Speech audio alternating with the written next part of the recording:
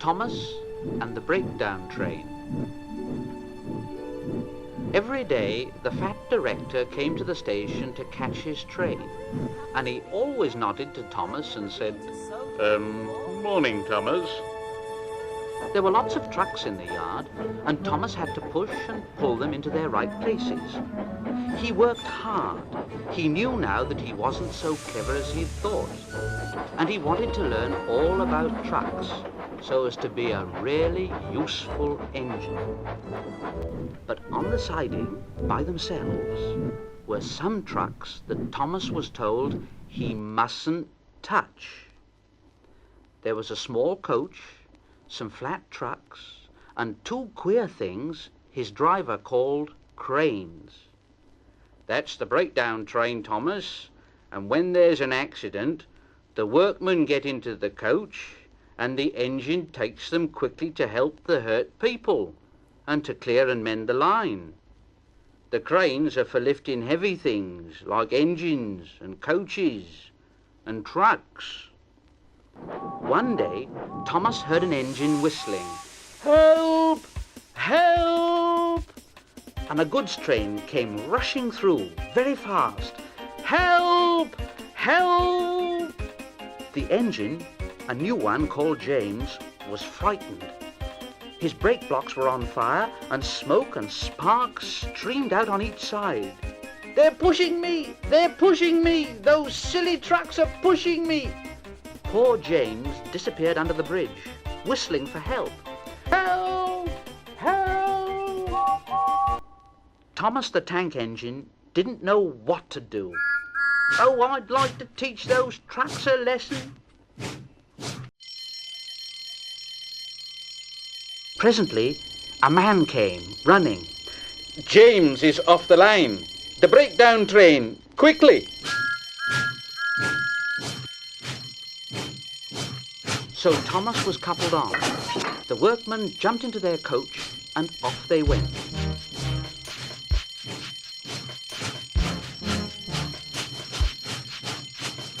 Thomas worked his hardest. "Oh, bother those trucks and their tricks. I only hope poor James isn't hurt."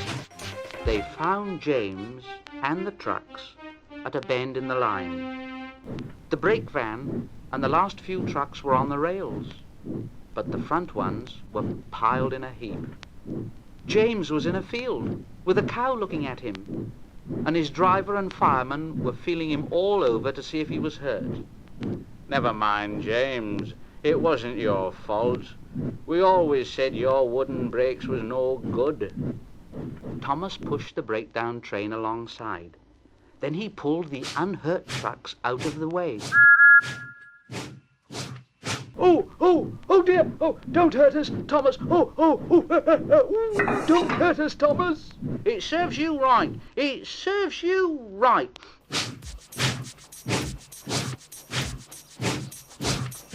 He puffed backwards and forwards all the afternoon, and he scolded the trucks.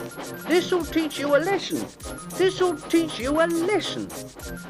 And the trucks answered in groany, creaky sort of voices, "Yes, it will!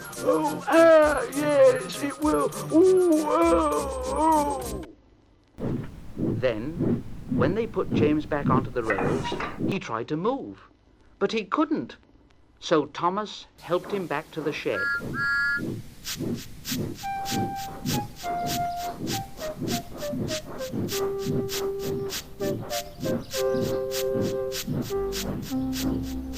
The fat director was waiting anxiously for them. "Well, Thomas, I've heard all about it, and I'm very pleased with you. You're a really useful engine. James shall have some proper brakes and a new coat of paint, and you shall have a branch line all to yourself." "Oh, sir, thank you." Now Thomas is as happy as can be. He has a branch line all to himself and puffs proudly backwards and forwards with two coaches all day. He's never lonely, because there's always some engine to talk to at the junction. Edward and Henry stop there quite often and tell him the news. Gordon is always in a hurry and doesn't stop. But he never forgets to say to Thomas, and Thomas in return always whistles,